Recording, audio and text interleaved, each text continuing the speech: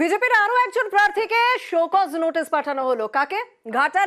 ঘাটালের বিজেপি প্রার্থী হিরণ। কেন পাঠানো হলো? নিউজ 18 বাংলায় গতকালই আমরা দেখিয়েছিলাম দেবরার বিডিও অফিসে গিয়ে কিভাবে তিনি হুমকি দিচ্ছেন। একবার শুনুন।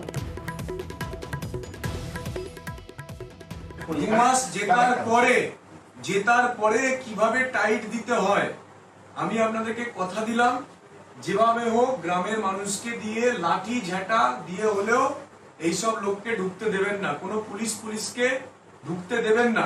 তৃণমূলের দলদাস পুলিশ, তৃণমূলের দলদাস বিডিও এসডিও দেরকে ঢুকতে দেবেন না। আগামী 2 মাস গ্রামকে দিয়ে আটকে রাখুন এই অবৈধ বালি। 2 মাস জেতবার পরেতে আমরা সব বুঝে নেব, কিভাবে কি করতে হয় সেটা বুঝে নেব। সেতু চোর দীপক অধিকারী। তো সেই জন্য আপনাকে অনুরোধ, আপনি 2 মাস অ্যাটলিস্ট গ্রামের মানুষকে সাপোর্ট করুন। এই 2 মাস আপনাকে কালীঘাট ট্রান্সফার করতে পারবে না। দেবরার বিডিও অফিসে গিয়ে টাইট দেওয়ার মন্তব্য করছেন হিরণ এবং তারপর তাকে স্বাভাবিকভাবে নির্বাচনী বিধিভঙ্গের অভিযোগে শোকজ নোটিশ পাঠালো কমিশন। কিন্তু হিরণ তার এই বক্তব্যের সপক্ষে যুক্তি দিচ্ছেন। তিনি বলছেন তিনি ন্যায় করেছেন, তার এই মন্তব্যে কোনো রকম অন্যায় হয়নি এবং পাল্টা তিনি বলছেন যে তাকে কোনো রকম কমিশন এখনো পর্যন্ত নোটিশই পাঠায়নি, কোনো চিঠি পায়নি সে।